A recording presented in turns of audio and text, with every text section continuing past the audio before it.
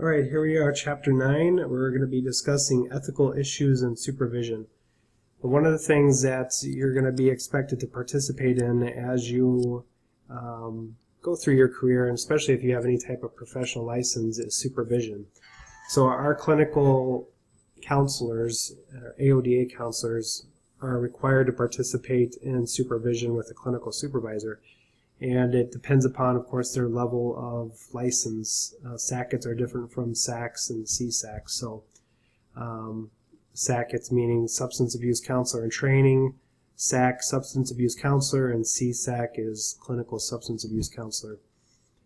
And so clinicians need to bring clients to discuss at clinical supervision, and then it's the clinical supervisor's responsibility to help clinicians with issues surrounding client issues and provide training. And so your chapter discusses this, what types of issues come up in clinical supervision or supervision in general. So for most part, my role as a supervisor is separate from the role of a clinical supervisor, at least in the AODA world. I am not a licensed independent clinical supervisor, and so I cannot provide that service under Wisconsin law. However, I do have a say in how a program operates. So for instance, our AODA program, when we sit down to discuss client issues with the clinical supervisor will discuss specific client diagnosis or issues, and then if there is an issue or question or concern regarding the overall program, its function, how it should operate, then that would be my place to step in and provide guidance on that.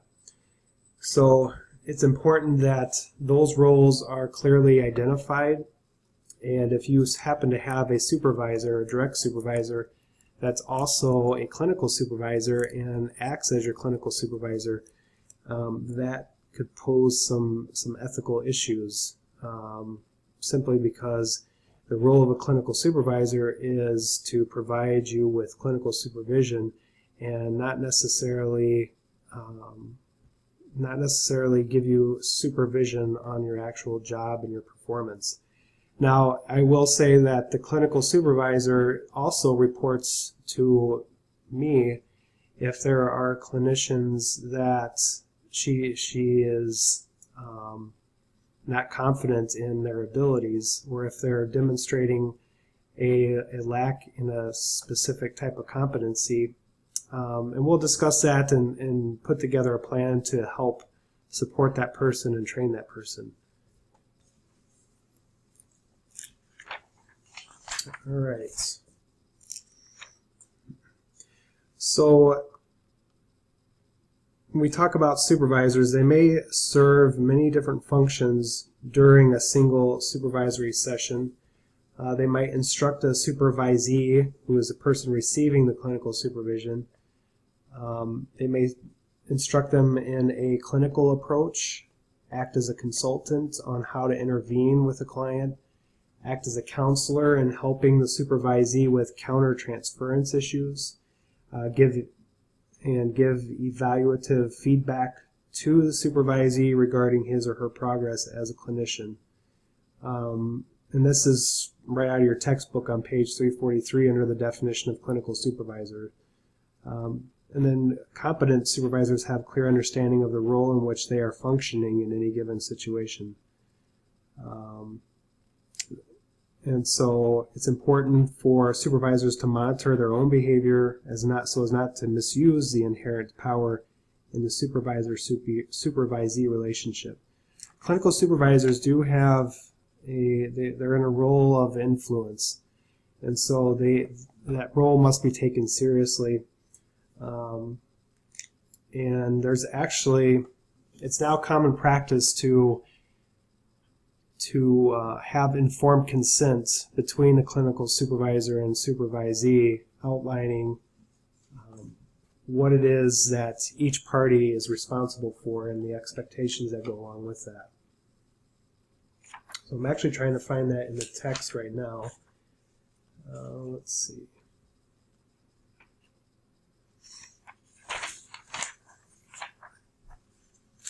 All right.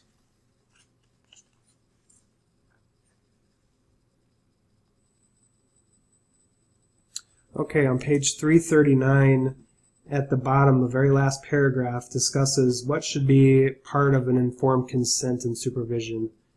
And Thomas suggests topics that should be discussed. The supervisor's background, methods to be used in supervision, the responsibilities and requirements of supervisors, the supervisee's responsibilities, policies pertaining to confidentiality and privacy, documentation of supervision, risks and benefits, evaluation of job performance, complaint procedures and due process, professional development goals, and duration and termination of the supervision contract. Now, it sounds like a lot, but that is no different. There's some added pieces in there, but no different than the informed consent that a helper needs to have with a client. This type of agreement helps set specific expectations and goals, and so the supervisee should know exactly what direction the clinical supervisor is moving in with them. And everyone's different, so everyone's going to have different goals that they're working on, different competencies that they need to address. And so this is an individual type of informed consent. I know that we use that in our practice with our clinic. Our clinical supervisor makes sure that each clinician signs a type of informed consent, and giving the clinical supervisor permission to basically supervise that person's clinical work. So some responsibilities of the supervisees. Everyone needs to come prepared to discuss clients. You're not going to get your clinical supervision hours signed off on if you're just sitting there and not participating. So it's important that you're engaged in the process. It usually takes place in a group setting. Sometimes some clinical supervisors choose a more formal way of administering supervision. Some are more informal. I've experienced both, and both have pros and cons, so you just have to find, I guess sometimes you don't really have a choice in the matter if you're being supervised. But I know in our clinical supervision, we have a group of usually between 5 and 6 being the max, and everyone gets an opportunity to discuss clients that they're working with, have treatment plans signed off on, anything else brought up that needs to be discussed. The clinical supervisor will also bring articles to discuss that are pertinent to our field, changes in research. But going back to responsibilities of supervisees, it's your responsibility to take initiative, and this is on page 342. Take initiative to ask for what you need from the supervisor. Do related research and reading between sessions to enhance your work with clients. That's very important. Research constantly changes, and that is what dictates how we interact and what types of approaches we use with our clients. Pay attention to your interactions with clients and with your supervisor, and be willing to address any areas of concern you have. And it's also important to know your clients. Inevitably, when you bring a client to clinical supervision, your clinical supervisor is going to ask you specific questions. They're going to want to know the demographic information on the client. They're going to want to know, in the case of AODA clients, and I keep using AODA clients because that's what I'm most familiar with. I recognize that that's not going to be everyone in this class, but it at least gives you a framework to think about in terms of using this as a practical way in your own field. But so if you bring an AODA client to supervision, the clinical supervisor is going to want to know the demographic information. They're going to want to know past history of use and abuse of that particular drug or drugs or alcohol. They're going to want to know if you've talked with any collateral contacts or family members or friends to verify the client's claims. The clinical supervisor is going to ask you what approach you're using, Why are you using that approach? So it's very, very important for you to know your clients before you come to supervision. If your clinical supervisor is asking you questions about your client and you're kind of given the runaround and you have to go get the file and pull the file out, that's a problem. So you need to make sure that you know your client. All right, and then the clinical supervisor has responsibilities as well. They have the responsibility of monitoring each supervisee's conduct, competence, and ongoing personal and professional development.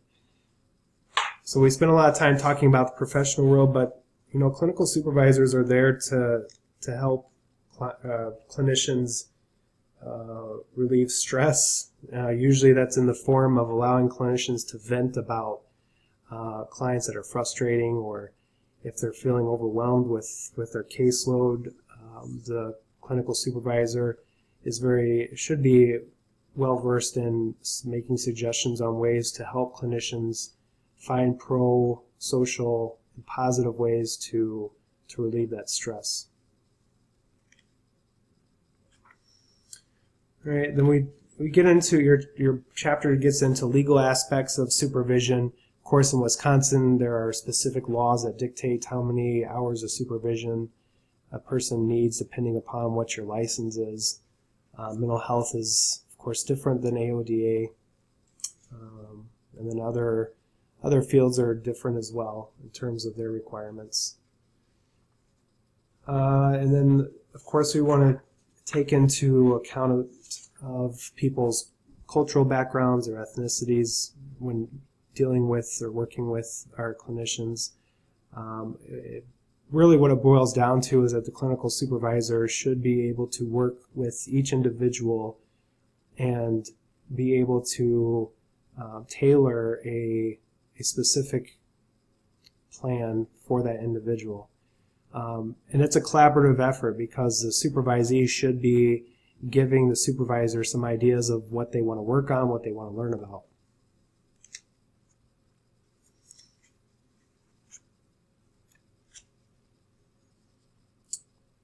All right. So there are some other areas that we need to take into consideration as well, and you can read about those in your textbook. I'm not going to cover them here. There are many, many areas that we could cover, and they're all very important. So this is a big area, just like pretty much every other area we've covered so far. When we talk about boundaries and ethics, it's just can be a very daunting task, but it's crucial for not only for the survival of clinicians and helpers, but also for the field itself and for the clients. There's a lot of case studies in this chapter as well, so you want to read through those. It's going to give you some practical application of the terminology that they're using here. So, all right, we will see you in the next learning plan.